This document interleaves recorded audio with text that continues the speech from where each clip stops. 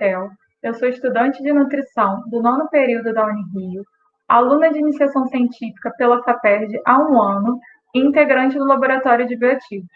Hoje eu vou apresentar o estudo Abordagem proteômica na análise das proteínas alergênicas do glúten em pães sourdough e tradicionais. Os pães, eles estão presentes em várias culturas pelo mundo, sendo que aqui no Brasil, o seu consumo é de cerca de 33,5 quilos de pães per capita por ano. Também uma pesquisa da BIP de 2018 indicou que 76% dos brasileiros consomem pães no café da manhã.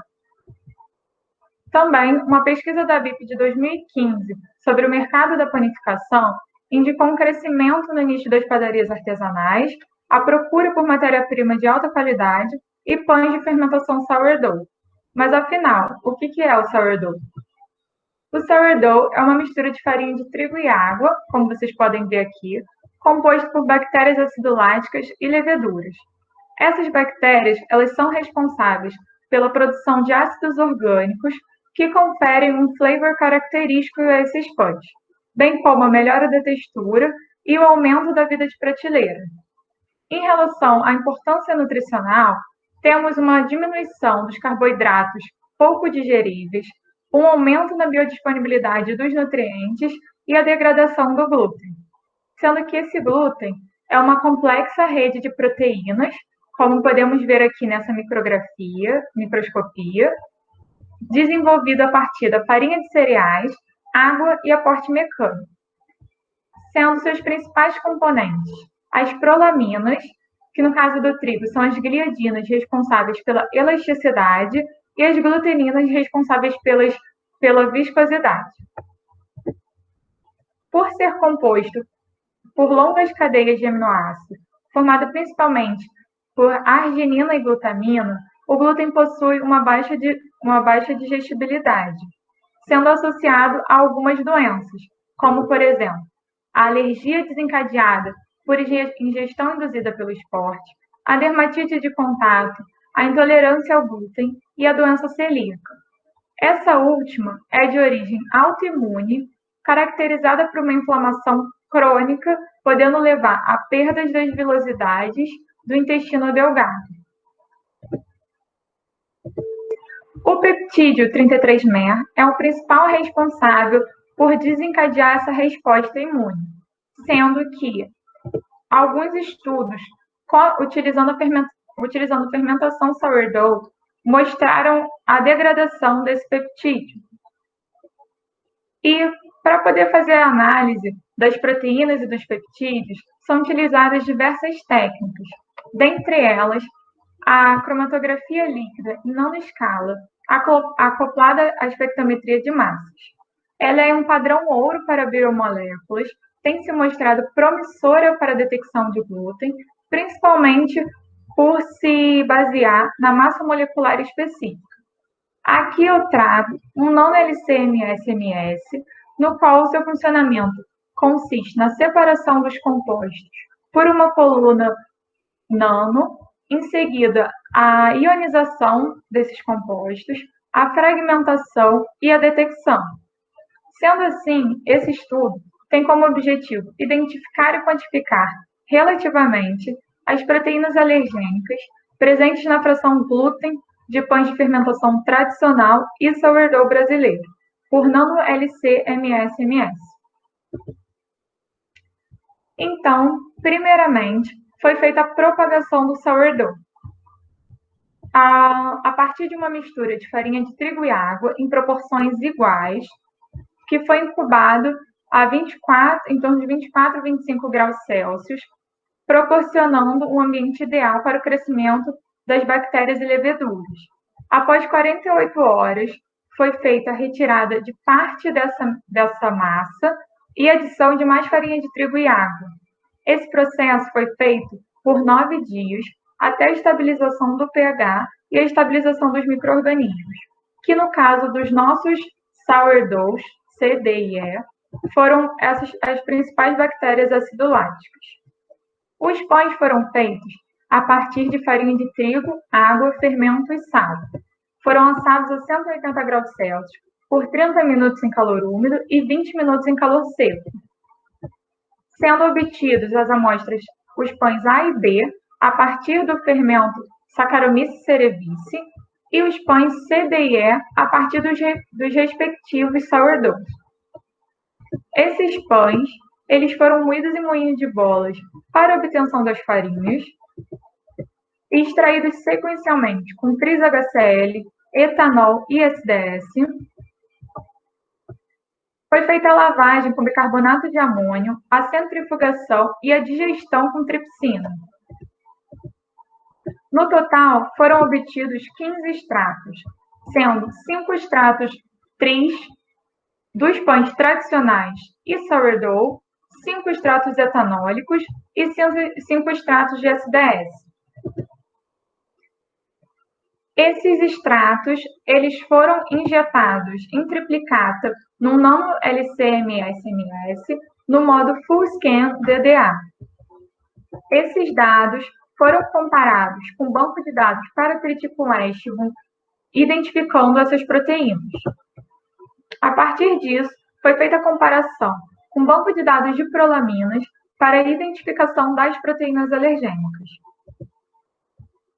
O XLStat foi utilizado para fazer as análises estatísticas e os gráficos foram feitos a partir do GraphPad Prisma. Então, aqui, a gente pode ver a abundância relativa total das proteínas por amostra, sendo que no eixo X estão a abundância relativa total, no eixo Y, as amostras. Essas letras, elas representam a diferença de significância feita pelo teste de Tuck, e no total foram obtidos 579 proteínas, sendo mais abundantes nos extratos controle extraídos com etanol e no extrato sourdough extraído com etanol também. Elas também apresentaram, essas duas amostras, diferença significativa. Já observamos uma diminuição significativa na abundância das amostras controle B e sourdough C extraídas com SDS. Elas apresentaram uma correlação entre si.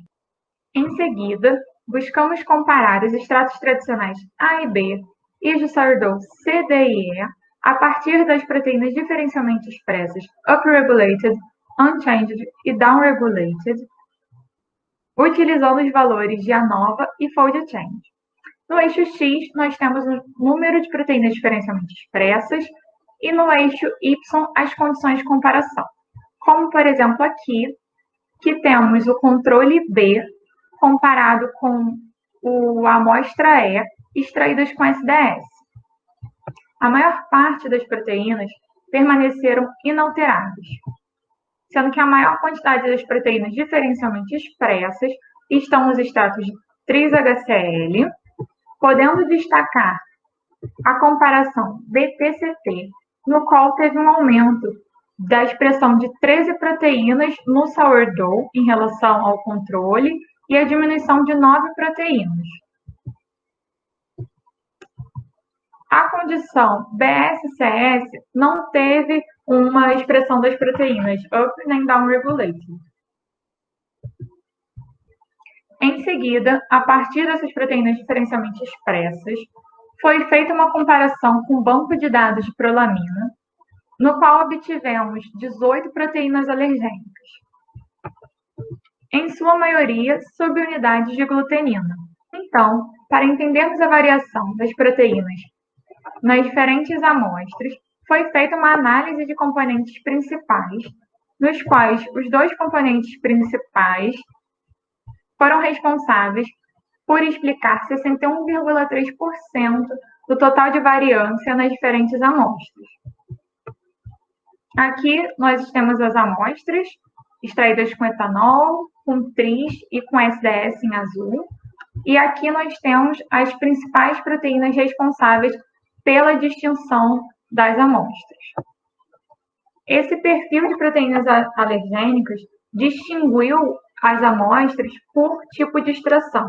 Para visualizarmos melhor esse padrão, foi feito um mapa de calor, no qual a cor vermelha corresponde à maior abundância e a cor rosa à menor abundância. Aqui nós temos os três extratos, tris-HCl, etanol e SDS, e aqui as proteínas alergênicas. A maior parte das proteínas alergênicas foram expressas em menor abundância, sendo que as principais proteínas discriminatórias, essas três gluteninas de alto peso molecular, elas foram mais abundantes nos extratos de SDS. E essa proteína, que também é uma glutenina de alto peso molecular, foi a mais abundante de todas as proteínas alergênicas.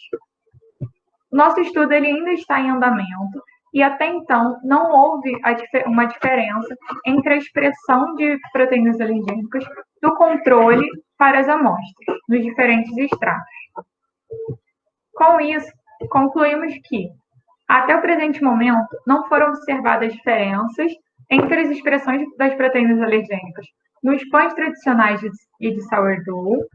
Contudo, outras análises estatísticas estão sendo realizadas para revelarem a diferença entre esses pães.